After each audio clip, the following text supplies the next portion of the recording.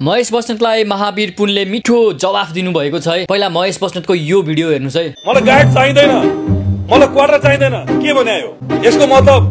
तपाईसँग मन्त्रीको जतिको बस्न सक्ने घर रहेछ, मन्त्रीको जतिको 2-3टा गाडी रहेछ, मन्त्रीको जति सुविधा सम्पन्न तपाईको वरिपरि सुरक्षाकर्मीहरू रहेछन्, कहाँबाट आयो? र अब महावीर पुनको यो रिप्लाई पनि हेर्नु होला है त। बल्ल भोगटेले दरो भेटेको छ के। मैले त धेरैचोटि सम्झाएँ यसलाई हैन, तर कहिले पनि सम्झिएन। अनि यसको छोराछोरीहरूलाई पनि ल बाउलाई सम्झाइदेऊ है, यो बाउको मुखले गर्दा तिमीहरूको घर पनि जल्यो, अब के हुने हो, अब के क्षति हुने हो भनेर चाहिँ मैले यसको छोराछोरीलाई पनि सम्झाएँ। तर महेश बस्ने सम्झिनेवाला चाहिँ छैन साथीहरू हैन।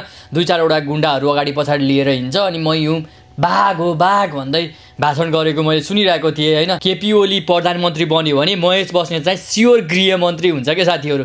यसको दाउ नै यही हो साथीहरू हैन। यसको कुनै पनि राजनीति भनेको आफ्नो लागि र आफ्नो पार्टीको लागि, केपी ओलीको लागि मात्रै हो है साथीहरू है। त्यही भएर धेरैचोटि यसलाई मैले सम्झाइसकेको छु साथीहरू, तपाईहरुलाई पनि धेरै थाहा छ हैन। आज फेरि महावीर पुनले पनि यसलाई मिठो भाषामा मिठो शैलीमा चाहिँ सम्झाउनु भएछ। तर बुझ्ने नबुझ्ने यसको कुरा हो। मलाई लाग्दैन यसले बुझ्छ जस्तो लाग्दैन हैन, किनकि यसले आफैलाई म बाघ हो भन्दै हिँड्छ। त्यही भएर यसले चाहिँ बुझ्दैन।